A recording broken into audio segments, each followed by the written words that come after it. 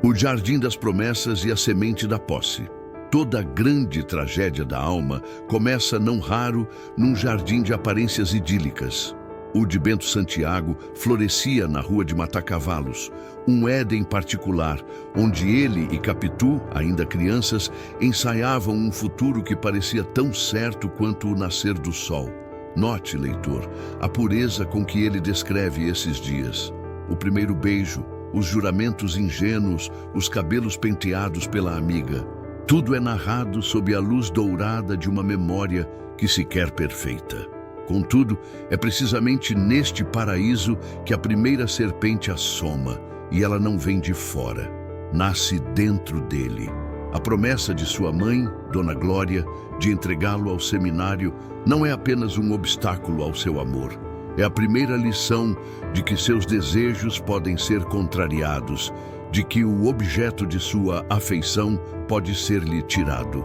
E como reage o nosso Bentinho? Não com a fúria de um rebelde, mas com a astúcia de um proprietário que teme perder o que já considera seu. Capitu não é apenas a amada. Ela é a sua promessa de felicidade, o seu destino manifesto.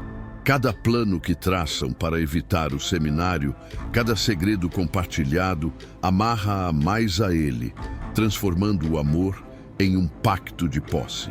Observemos com atenção. Quando José Dias, o agregado de fala mansa e olhos perspicazes, insinua a malícia nos olhos de ressaca de Capitu, ele apenas verbaliza o monstro que já se aninhava no peito de Bento. O ciúme de Bentinho não nasce de um fato, mas da possibilidade.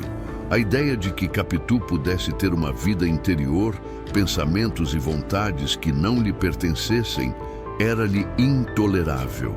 O seminário era a ameaça física, mas o verdadeiro pavor era a independência da alma alheia. Ali, naquele jardim, enquanto as flores desabrochavam, a semente do ciúme encontrava terra fértil, regada pelo medo de perder não a mulher, mas a certeza de seu próprio mundo. O seminário da alma e a amizade como espelho.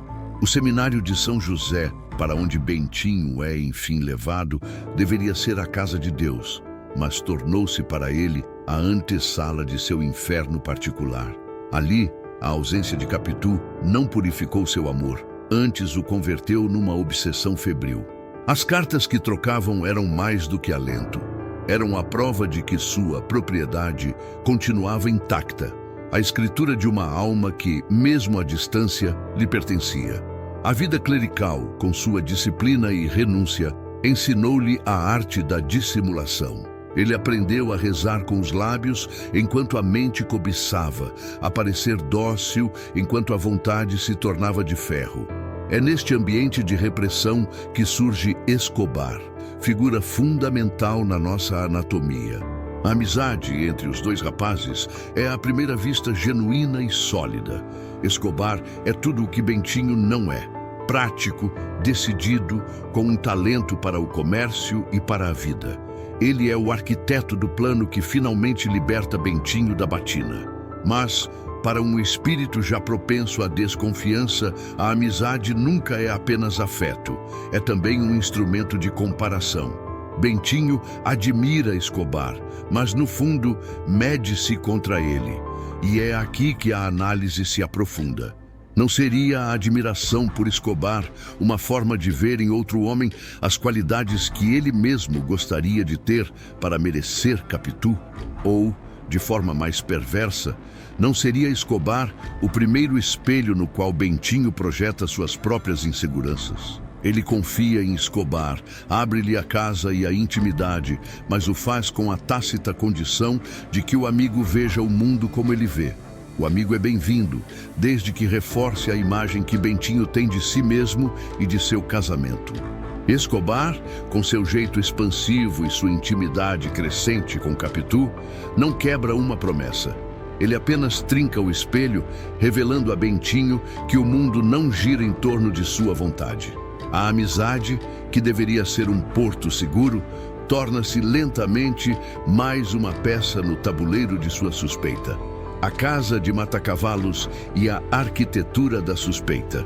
Uma vez livre do seminário e casado com Capitu, Bentinho se dedica a construir o seu mundo.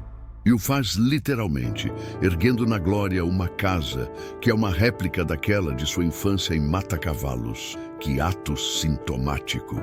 Não é um lar para o futuro que ele constrói, mas um museu para o passado, uma tentativa desesperada de congelar o tempo naquele ponto em que a felicidade parecia inquestionável. A casa não é um ninho de amor. É uma fortaleza contra a mudança, uma maquete onde ele é o único arquiteto e Capitu, a principal peça de sua coleção. É dentro dessas paredes que a suspeita, antes uma semente, germina e se torna uma árvore frondosa de galhos retorcidos. O trabalho de um ciumento é, antes de tudo, o de um historiador perverso. Bentinho passa a reescrever o passado à luz de suas desconfianças presentes. Cada gesto de Capitu, cada palavra trocada com Escobar, cada silêncio, cada riso, tudo é colhido, catalogado e arquivado como prova. Uma conversa animada sobre negócios entre a esposa e o amigo, evidência de uma intimidade que o exclui. Um braço nu de Capitu que Escobar vislumbra por um instante, um ato de provocação deliberada. A tragédia de Bentinho é que ele não procura a verdade. Ele procura a confirmação de sua tese. Ele se torna um promotor dentro da própria casa e sua mente é o tribunal. Os diálogos que ele narra são filtrados por essa obsessão. Ele nos diz o que foi dito, mas o veneno está na forma como ele interpreta o tom, o olhar, a pausa. Ele se queixa da dissimulação de Capitu, mas quem é mais dissimulado do que ele, que sorri para o amigo enquanto cataloga suas supostas traições, que beija a esposa enquanto a julga em silêncio? A casa de Matacavalos, com suas varandas e seus corredores escuros, torna-se o palco perfeito para esse teatro da mente, onde os fatos importam menos que a verossimilhança da suspeita. O afogado e o veredito dos olhos. A morte, na obra de Machado, raramente é um evento nobre. É quase sempre um acidente banal, irônico, que serve para desnudar a hipocrisia dos vivos. O afogamento de Escobar no Mar do Flamengo é o catalisador que transforma a suspeita crônica de Bentinho em certeza aguda. É no velório, o momento de dor e solidariedade, que o nosso protagonista executa seu julgamento final. Observemos a cena com a frieza de um legista da alma.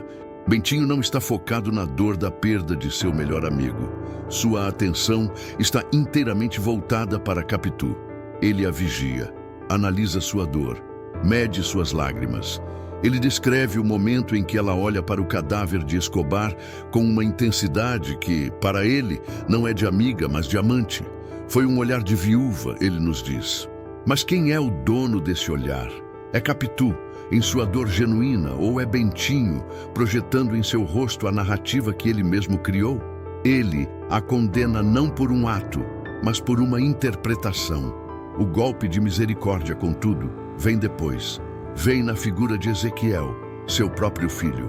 À medida que o menino cresce, Bentinho passa a caçar nele os traços do amigo morto. A semelhança, que antes poderia ser uma casualidade da natureza ou uma admiração de criança pelo padrinho, torna-se para ele a prova irrefutável do adultério. O clímax dessa tortura autoimposta é o momento em que ele olha para o filho e vê os olhos de Escobar.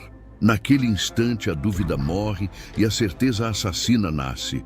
Ezequiel deixa de ser seu filho para se tornar o retrato vivo da traição. É um veredito proferido sem direito à defesa, baseado na mais subjetiva das evidências, a percepção de um olhar filtrado por anos de ciúme acumulado. A partir daí, a vida familiar não é mais possível, pois o juiz já deu a sua sentença. O promotor solitário e as ruínas da vitória. E assim, o promotor vence.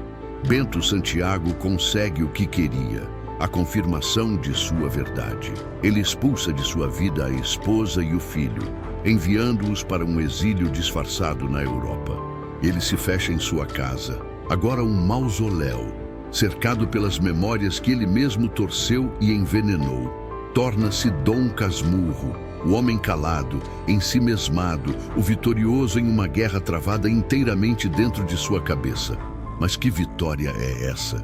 Ele nos escreve seu livro para atar as duas pontas da vida, para justificar suas ações, para convencer a si mesmo e a nós de que foi uma vítima.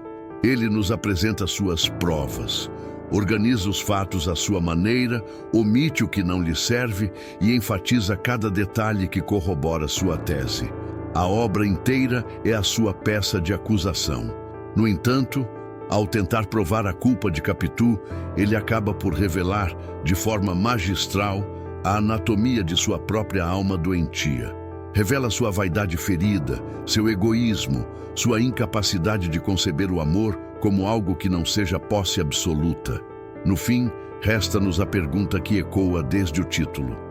Foi ele uma vítima da dissimulação de uma mulher adúltera ou o carrasco que, por não suportar a menor sombra de dúvida, destruiu a própria família? Machado, com sua genialidade, não nos entrega a resposta. Ele nos entrega o processo. Deixa-nos sozinhos na sala do tribunal com o promotor solitário, Dom Casmurro, que venceu a causa e perdeu a vida. A casa está em ordem, o silêncio reina, mas as ruínas de sua vitória são o testemunho de uma alma que, para não correr o risco de ser enganada, preferiu a certeza da desolação. E essa talvez seja a maior de todas as condenações. Claro, aqui está uma CTA, Call to Action, para o final do vídeo, mantendo o tom do canal Teatro da Alma e incentivando o engajamento da audiência. O narrador fala com uma voz calma e reflexiva, enquanto na tela aparecem os botões de inscrição e sugestões de vídeo. E assim, fechamos o processo, mas o Tribunal da Literatura permanece aberto. Agora, a palavra final é sua. Convocamos você, que nos acompanhou até o fim desta análise, para ser o júri. Deixe seu veredito nos comentários abaixo. Depois de tudo o que vimos, Bento Santiago foi uma vítima das circunstâncias ou o arquiteto de sua própria e solitária desgraça? Queremos ler a sua sentença. Se esta viagem pela psicologia dos grandes personagens lhe interessa, inscreva-se no Teatro da Alma e ative as notificações, pois há muitas outras almas esperando para serem desvendadas. E não pare por aqui. Continue sua investigação em nosso próximo capítulo.